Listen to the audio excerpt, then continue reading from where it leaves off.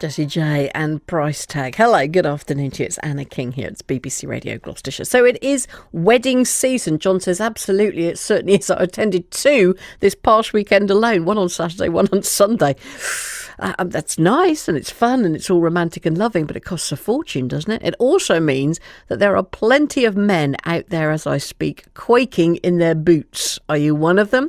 Maybe you knew from the minute your daughter was born that you were going to be father of the bride one day, and now it is coming to hit you.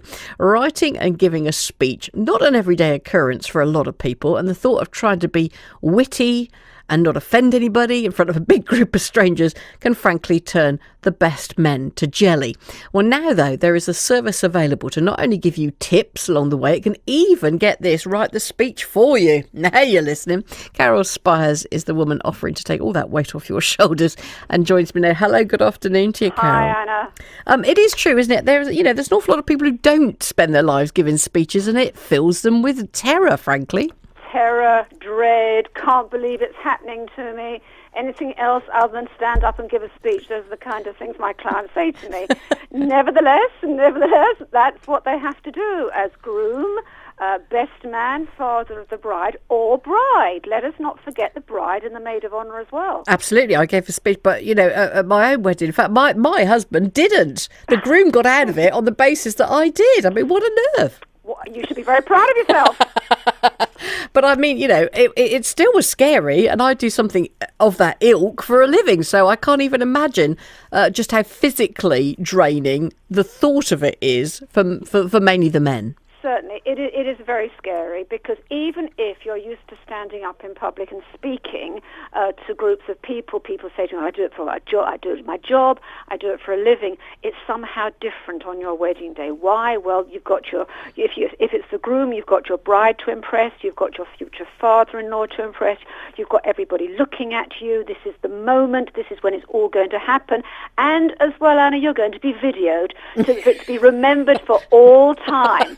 And so sent up to the telly if it gets going to actually help you along the way, may I respectfully suggest that it won't? Otherwise. So on that basis then, what are the classic things that the guys do wrong when they're trying to write their one and only speech? Very simply, they don't prepare. Really? I know there's a lot of things to do in advance. I appreciate that. But really, they don't leave enough time.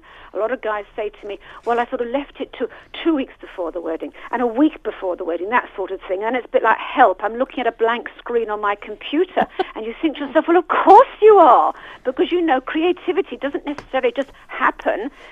You have to plan it. You have to think it through. You've got to make sure you don't offend anybody by leaving them out or saying the wrong things.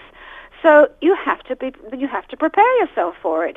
And that's what we do for our clients, which is in advance, is that you help them to think through the kind of things they'd like to say, some of the little stories they may have, some of the anecdotes they want to bring, but actually also to give them the confidence not just to write it, but if they want to practice it as well, we can help them to deliver it, because you want to be there and say the right things at the right time and to be remembered for the right reasons. Yes, and you don't want to steal all the thunder from the bride for the very worst of reasons. Exactly. I'll be honest with you, the most memorable, because it was so bad, speech that I ever heard at a wedding was in Ireland, and the best man had written down all these anecdotes about him and obviously the groom, but he didn't explain any of it. So it was basically him saying to the groom, but in front of 150 people, do you remember when we did this? Do you remember we did that? But there was no sort of context to what on earth he was talking about. It was oh God, it was the longest 10 minutes of our lives, frankly. And I think that's the point. It's not a huge length of time. People say to me, what's the average amount of time?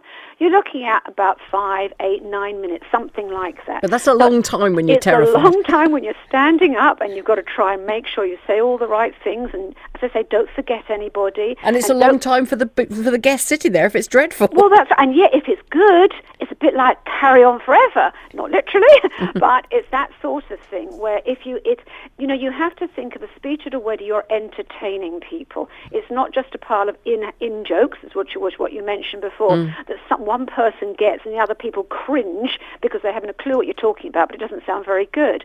So it comes back to preparation all the way throughout. And it does take, I send a questionnaire out to people. It's quite lengthy, but it actually asks them for their anecdotes, asks them who they, I give them the protocol, who should be who should be included, haven't got to do everything, how do they want to end it. People, like with anything else, people need guidance. And, we may do it automatically, it may come naturally to us, but even when we stand up, we have to prepare in advance. It doesn't just happen. And people think when you stand up in public, it just happens. Well, no, you've thought about it, you've prepared, and made sure you've got a beginning, a middle, and an end. Yeah, and have a great ka-ching end. Absolutely.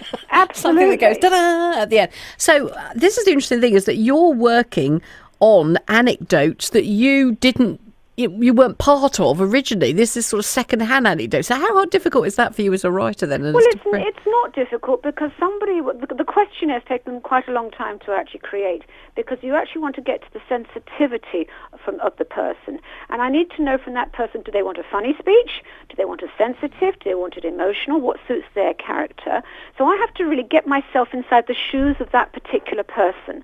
And so therefore, there's lots of questions I'll be asking, simple little questions, but questions so that I can actually feed on that to actually have a real feel for who it is that person actually is underneath and the kind of individuals that they are when they're actually speaking. The speech then will be written, sent back to the client, and they will then tweak it, or they'll come back to me and say, can we tweak this, can we tweak that? That's fine. So we go through that. So at the end of the day, this is their work. I write it because I'm actually writing it from them.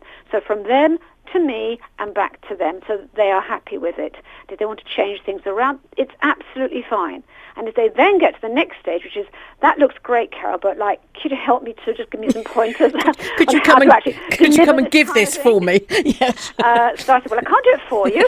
Got that. However, can I have some pointers? And then through Skype or coming over to the consultancy room, whatever what they particularly want to do, can do it through Skype very easily. Just really run through it so you can give them when to pause, when to look around the room, when to look eye-to-eye contact, when to have a couple of seconds silence, spacing, time, pace, those sorts of things, rather than gabble, gabble, gabble, gabble.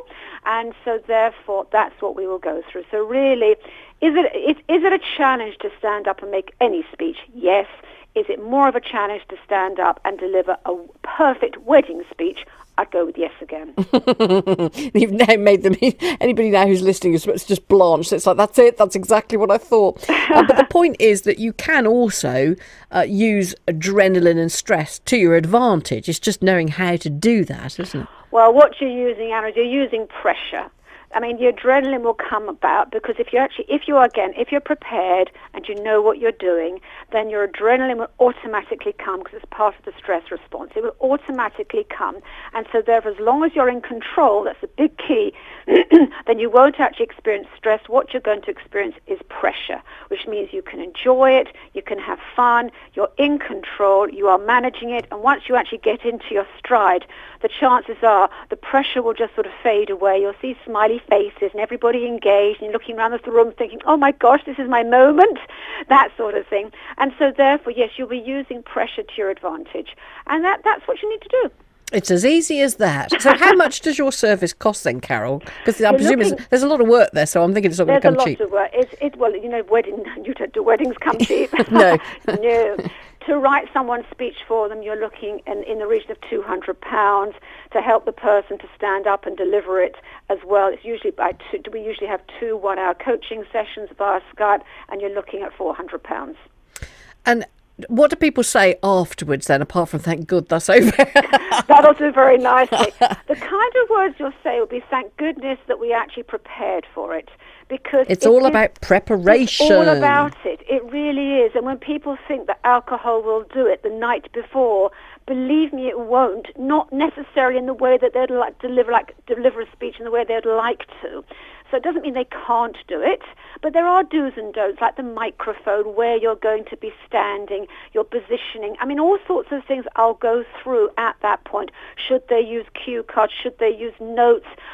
Who should they look at? I mean, there's all sorts of other things that go with actually delivering a speech. And so therefore I'd say to you is that afterwards, I think it's that moment of sitting down, thank goodness it's over, the butterflies calm down, the panicky feelings, the heart palpitations will go, and you just get on and enjoy the wedding. Is it a challenge? Yes, it is a challenge. Can it be overcome? The answer is yes. Oh, do you know, I believe you as well. Carole, lovely to speak to you. You've motivated me. Let's hope we've motivated all those gents as well. Do not panic any longer. There are some tips for you. And if all else fails, how about getting Carole to do the whole job for you? You still have to be the one, though, to stand up and give that speech. You can find out more at theweddingspeechexpert.co.uk. That's theweddingspeechexpert.co.uk.